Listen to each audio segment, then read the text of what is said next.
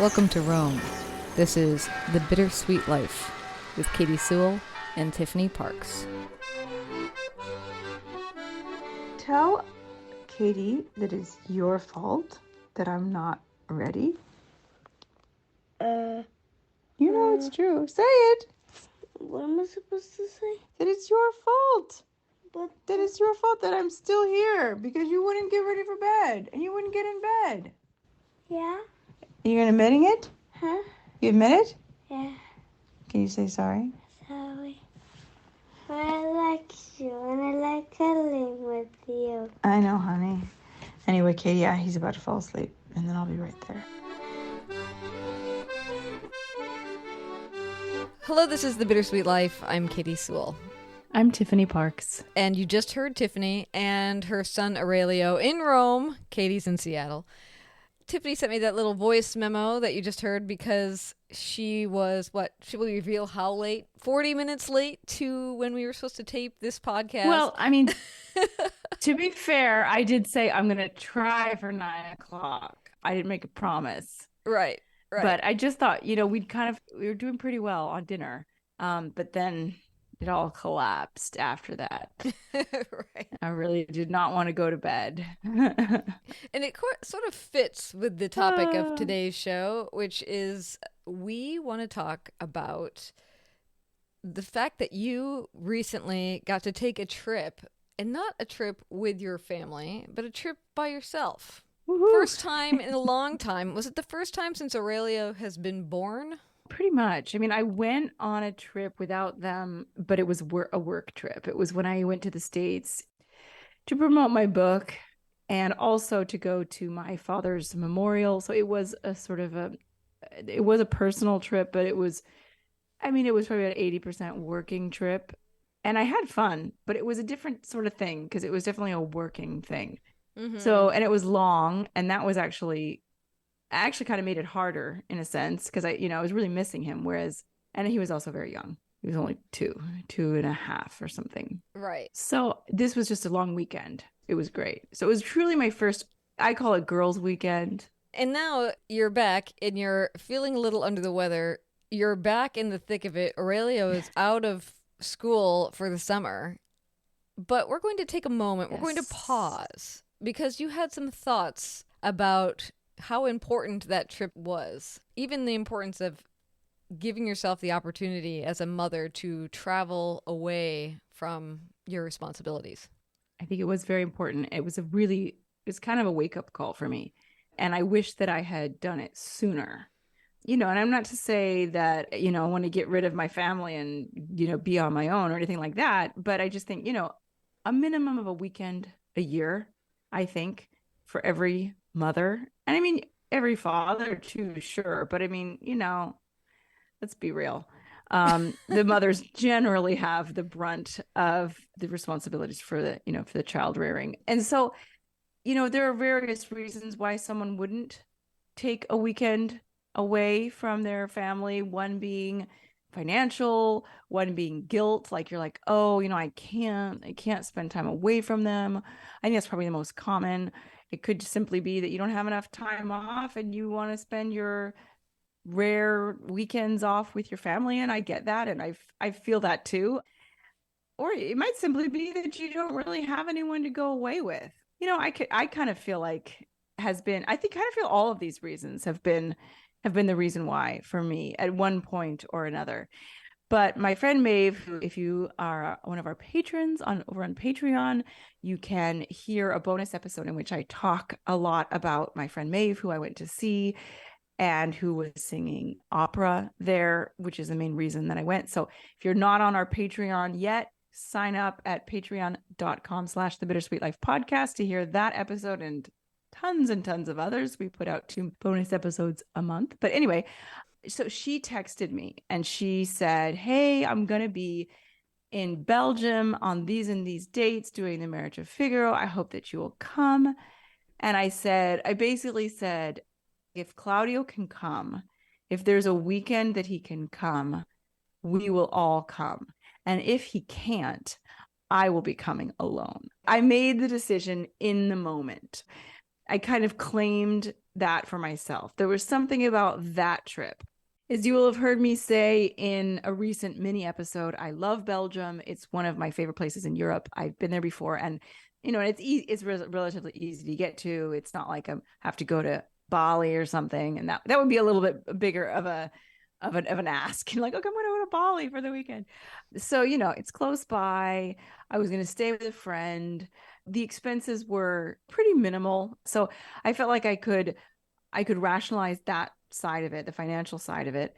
And the rest of it was, first of all, do I have people who can take care of my kid? Because it's not a given. If I didn't have my mother-in-law, I mean, Claudia was working 2 of the 3 days I was gone. So if I hadn't had my mother-in-law there to take care of him while Claudia wasn't home, because one of the days was an Italian holiday. So Aurelio was out of school. Claudia was working because he doesn't get Italian holidays. I wouldn't have been able to do it. It's pretty much as simple as that. So I do come from a place of privilege, if you want to call it that. I definitely am lucky that I have that opportunity. But that's not to say that it's impossible to plan a weekend away as a mother, even if you don't have someone like my mother-in-law, because I wouldn't have been able to do it that weekend. But if I had chosen a different weekend in which Claudia was off, it's worth it to talk to your partner and be like, I need this to happen. How can we make this happen? Mm-hmm. And I think that if you have a supportive and caring partner, they will support you on that. But I do think that it's not like, I can't speak for every mother out there, and I definitely can't speak for every father, but I kind of feel like there are men out there who are kind of like, oh, you want to go away? Not that they're against it, but like maybe they hadn't even thought of the possibility of you taking away, like that would be something that you would want. At least here in Italy. I mentioned it to another mom friend of mine, and she has an older son who is just about to go into high school, and then she has a son Aurelio's age. And she was like, oh, I have a friend who, she's like a really close friend of hers, best friend type thing. And she's like, she travels all the time, and she's always asking me to take a weekend away with her. And I mentioned it to my husband, and he was like, well, what am I supposed to do? Just sit home with the kids all weekend? And I was kind of like, yeah. How many women sit home with their kids all weekend, all the time? I don't know. I think there's, lots of different types of men out there, but I think some men will be like, gung ho, all for it. Some men might be a little more resistant, maybe because it's just not something their mom ever did. And so therefore it's kind of like, oh, that's an odd request, but yeah, let's think about this. Yeah, that's probably a good thing. And Claudio, at first he was like, oh, you're going to go by yourself. I was like, yes, I'm going, period. It wasn't like, what do you think? Can I go? I was like, I'm going. This is happening. I'll talk to your mom about it, but this is happening. And he's like, okay. And he was really happy that I went because he saw how happy I was when I got back and how great it was for me. Yeah. I have several questions, but the first one I want to say is Italy, you think, a little bit more traditional in that way? Like, is it still sort of in the, the mother and the father separation and how they raise the children? I would say definitely. Definitely. And I mean, not to say that there aren't very involved fathers. There are. It's just the gender roles are still more traditional here. Not as much as they were in the 60s. There has been progress. And seems like most women do work. But there is still this very traditional sense of what it means to be a mother and the giving aspect of being a mother. That the mother, I mean, and I think it's because the generation of Italian man who is a young father or a father of a young child, their mothers probably didn't work. I mean, I would say maybe 50% of them worked, if not less. And they were totally devoted, whether or not they were devoted out of, the goodness of their hearts or because they felt the pressure to be devoted. And they cook all the time and they do all the cleaning and they do everything. And they probably don't ask for any help from their spouses, that generation, the parents' generation. So the sons are a little, I feel, and I'm being totally stereotyping, generalizing, so forgive me, but I feel like the sons are going to, Claudio's generation, they're going to be more, a little bit more modernized just because of popular culture, quite frankly. But I feel like there's still that expectation that you might not even realize you have until you stop and think about it. And when you stop and think about it, a lot of men are probably like, yeah, this is ridiculous. Why should you wait on me hand and foot, kind of thing. But it's so ingrained and it's just such a part of their culture and how they grew up that if they don't question it, or if they don't have their partner to sort of push them gently towards questioning it, they might just not even consider it.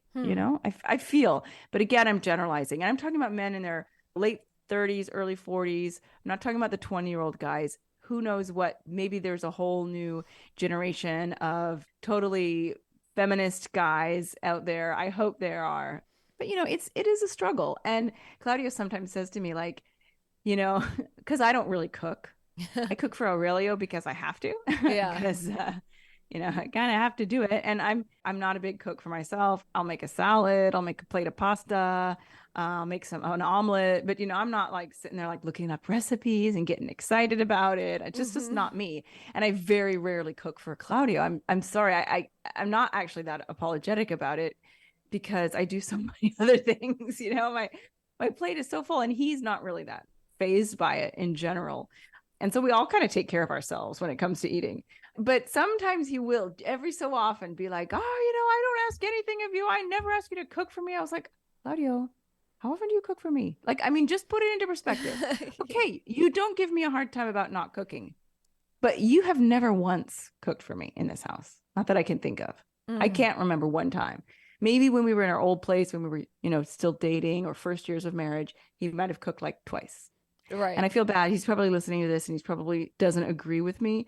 But the fact is he doesn't cook for me. Yeah. And he's cooked for Aurelio maybe like 5 times in the past year. So, I like to remind him that because I think sometimes he forgets, like he's, he thinks he's very modern and emancipated, but he still has that idea that, okay, the fact that he doesn't get upset that I don't cook, like I should applaud him for that, Yeah. Whereas him not offering to ever cook for me is something that, should not even be commented on. You know what I'm saying? Yeah. Yes, definitely. I do want to give Claudio props because he does clean the house. Yes. He's the only one who cleans the terrace. And in Rome, terraces get really dirty with all the smog and everything. So he does that all the time. I'll see him often, like around the house, just dusting. Like he'll just have the Swiffer out and he'll be dusting, which is something that, I don't even do very often. So, and he vacuums every morning and makes the beds every morning. So I don't want people out there listening to think I've got some machismo guy who doesn't lift a finger. He does. Yes. Well, another thought I had was, I was thinking of this too, because right now as we're recording, Derek is away. He went to go visit his father. And I remember from our conversations in the past that generally speaking, Claudio always wanted to travel with you. And Derek tends to be the same. Like he thinks we should be going. If I'm going to go visit my father, we should be going to visit my father together. I have spent the last few years trying to convince him to go visit his parents alone. His parents are divorced and they live in different places. And I've been trying to convince him to go alone. And he would say, well, why would I go alone? It would be so much more fun and better. Like, I guess he doesn't say fun, but he's like, it feels weird for you not to, like, if I'm going to go visit my dad, like, why would you not come with me? And I've been trying to convince him it's a totally different experience to be with your own parent by yourself. That's true. And I get to, luckily because of where I live in Seattle, my parents don't live very far away. I get to be with my parents alone all the time, just me or one-on-one with one of them. And I'm like, it's been at least the whole time we've been married, you've never gotten to spend a moment with your father without me, if not in the room, somewhere nearby. And I'm like, and it would be so much more interesting, perhaps, if you got to spend time with him by yourself. And same goes for your mom. And so he's finally done it. Like he's finally bought tickets to go visit each of them by himself. And he's off on one of those journeys right now. But I mean, I wonder about that for you in wanting to take this trip. And saying yourself that you felt like you had to have a reason to justify it. Like it didn't cost that much. It wasn't going to put anybody out too much. How you felt about saying, yeah, I am going to do this for myself. And also what Claudio thought about being left behind rather than you working out a weekend when he could have come along. He definitely would have loved to have come because he's never been to Belgium. He loves to explore new places too. And we've just sort of started to make a real concerted effort to start traveling more like short trips, which is something that we kind of stopped doing when Aurelia was born. So he would have loved to have come, but there was no way. We looked at the calendar of the performances of this opera, and there was literally no. He just couldn't come. There was no possible chance. He was resigned to that fact. So that's the first part of your question. And what was the second part? Well, I mean, I guess I asked it kind of poorly, but I mean, when you found out that, you looked at the calendar, he wasn't going to be able to come. I mean, you going on this trip alone with Maeve is going to be like a totally different thing than you going on this trip with Claudio. Is there a part of yourself that where you're like, I want to do this alone? I did want to do it alone. Absolutely. There was a big part of me that wanted to do it alone. I mean, I would have loved to have shared it with him. And a lot of time I was walking around and I was like, oh, Claudia would have loved this. But I'm so glad that I went alone because I had this realization that, well, first of all, I had a lot of flashbacks to like my traveling years, kind of like my big traveling years were between, let's say, 2006 and 2008 when I was finally making decent money in Rome, but before I met Claudio. It was like this two-year period. And thank God I took advantage of that because, and airline travel, if you remember, in Europe was dirt cheap at that time. And I had friends all over Europe, a lot of whom have moved away, who are no longer there. So I was able to travel for so cheap that I literally traveled between 2006 and 2008, probably once a month for the entire time. It was amazing. And of course, I never forgot that feeling of traveling alone.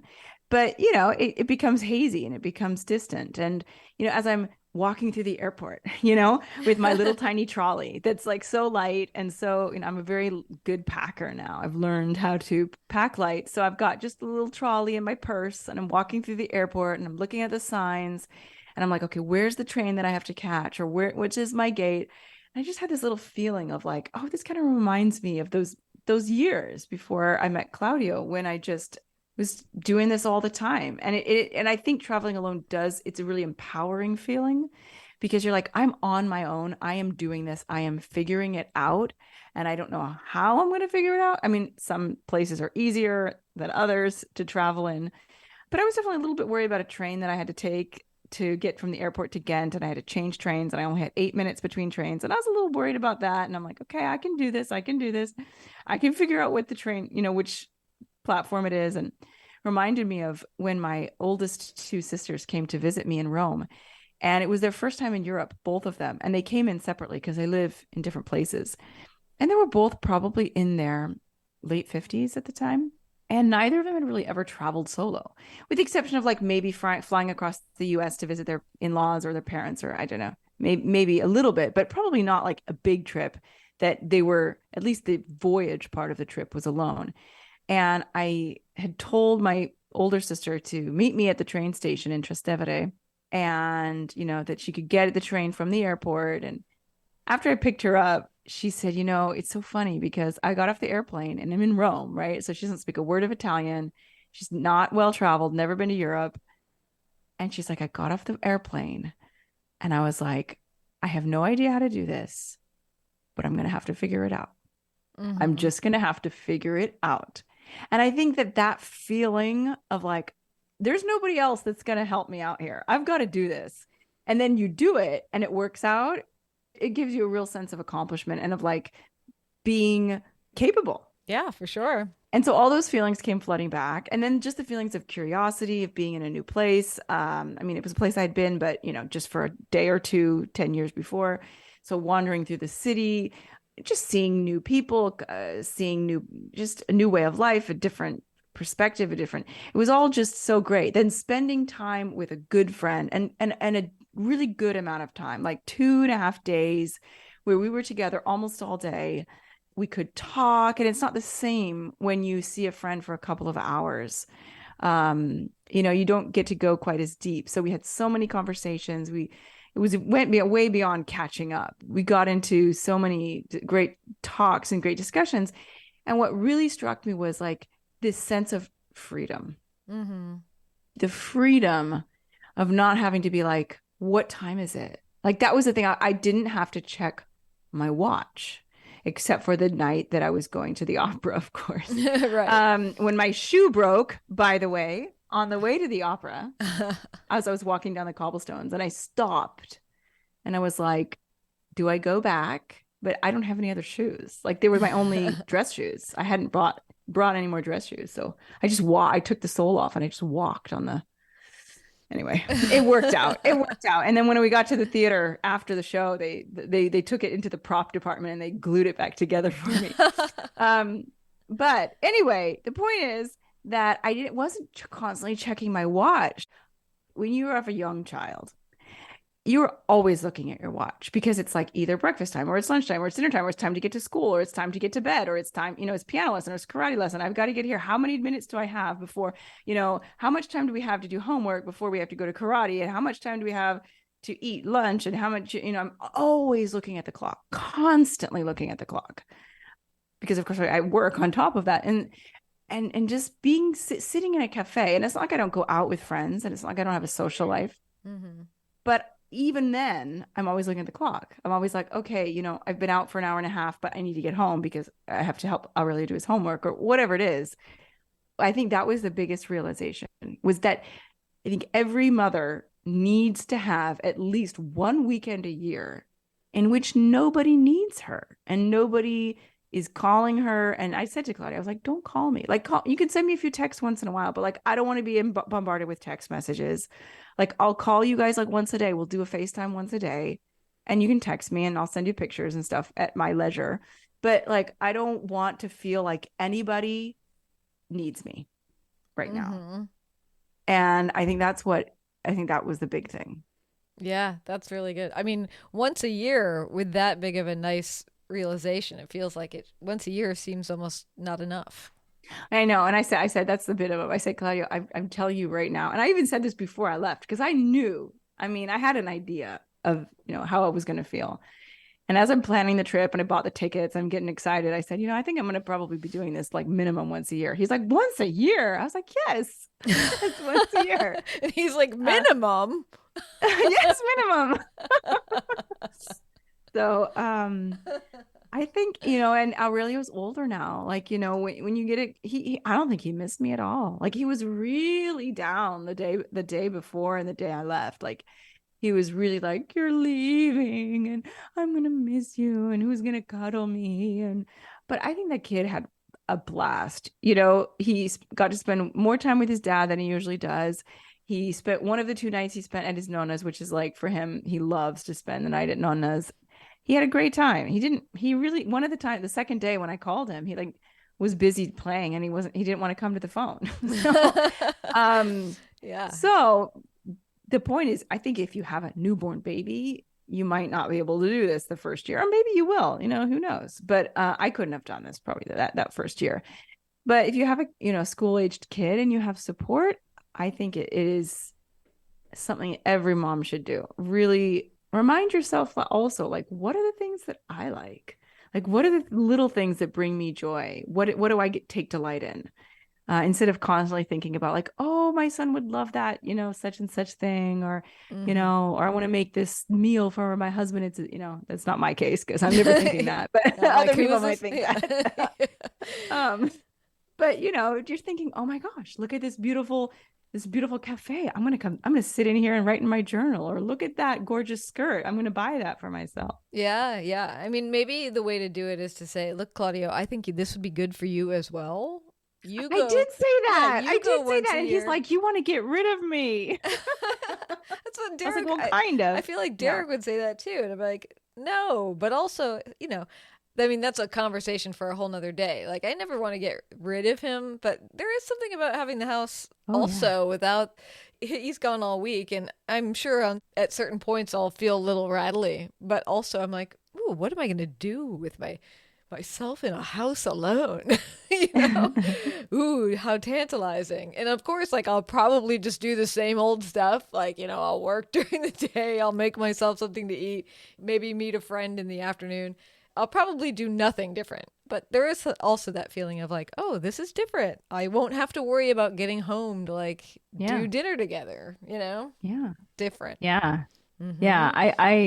I totally get that. And I think I don't know if that's a guy thing, a command thing, because I know my stepfather feels the same way. When my mother travels, because she often goes to visit my sister and her kids just by herself.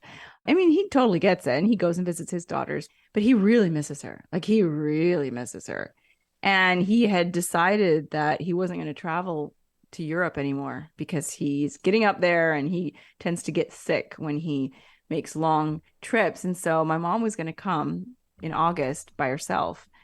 And, we're planning the trip. And finally, he was just like, I have to come too. Like, I can't be away from you for that long. And, I know, I think that's a man thing. I think women are a little bit more like, God, give me some peace and quiet. And the men are like, what am I going to do by myself?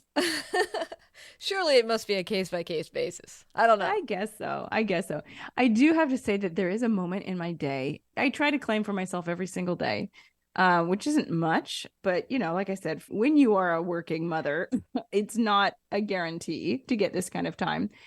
But like for me, it's breakfast.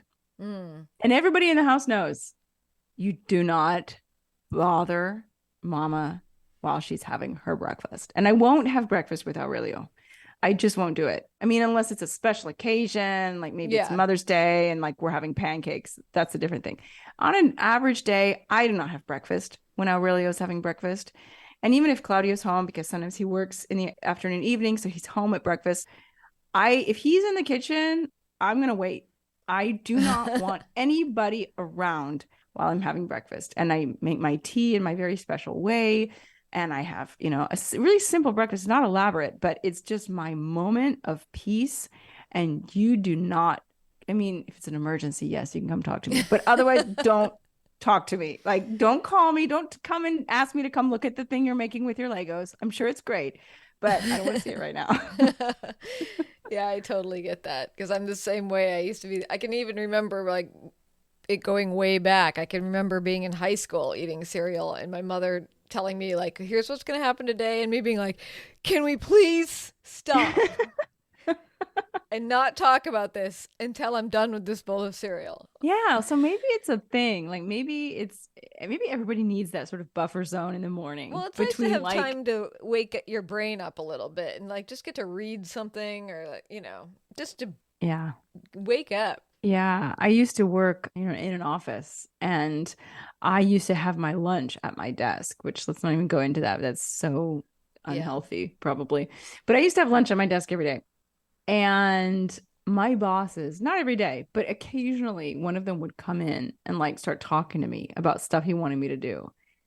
And I mean, the resentment I felt, I didn't express it, but I was just like, I am having my lunch and you are talking to me about what you want me to do? Are you kidding?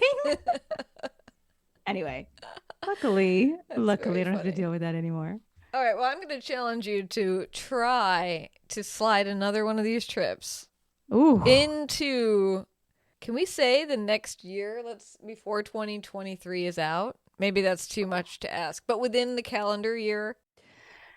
So I will say that my friend who I went to visit in Belgium is in the process of figuring out how to move to Europe permanently.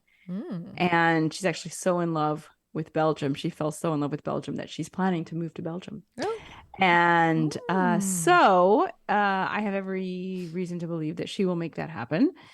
Probably in the next 6 months. She's aiming for the next 6 months. And so I kind of said to her, I was like, do you want to do this every year, but like go someplace new every year? And she's like, yeah, girl. That's how she talks. So she's like, twice a year. Come on. Yeah, I was going to say. Once a year minimum. I was going to say, if she's just over in Belgium, you could just pop over once every few months. Yeah. Or especially if you book in advance and you get cheap tickets. But so we're thinking our tentative plan for spring is Edinburgh. Ooh, nice. Very nice. So very likely it'll happen. Well, fingers crossed. All right. Well, we'll leave it there. If you're in the mood to go to Rome this October, we might have some spaces left on our big Roman adventure. We're taking a trip very early October. I was out to coffee with a friend the other day, and they were asking me about the trip that I was taking to Rome. And I got to tell you, I went spiraling down the rabbit hole a little bit, of being like, and then we're going to go here, and then we might go over here. They had never heard of Caravaggio, and then I went like way too far into that. And then, and as I'm walking away, because this is a fairly new friend, Yeah. you know, so it's like one of those things where you're like, I don't know. As I'm walking away, I was like, that was probably too much about the, about the trip that we're taking to Rome with some of our listeners. And luckily, he sent a text message later, and he said, it was fun to see how much your eyes lit up when you were talking about Rome. So I'm like, he could have been just being nice, but it's true. I guess I get a little bit of a fire going, specifically when I talk about what we're going to do on this trip. Anyway, so there might be spaces left if you want details, if you feel like maybe you want to go to Rome this October. Just send us an email to bittersweetlifepodcast@gmail.com. bittersweetlifepodcast@gmail.com, and we will send you all the details. And if we're sold out, hey, we'll put you on the list in case we do it next year. And until next time, this is The Bittersweet Life. I'm Katie Sewell. I'm Tiffany Parks. Join us again. Bye. Do you have a topic you want us to explore? Send your requests. We love to hear what you want to know. Visit thebittersweetlife.net and contact us with your questions, your adventures, your observations, your favorite episodes. We love hearing from you. You can also find us on Facebook, Instagram, and Twitter. Just search for The Bittersweet Life Podcast.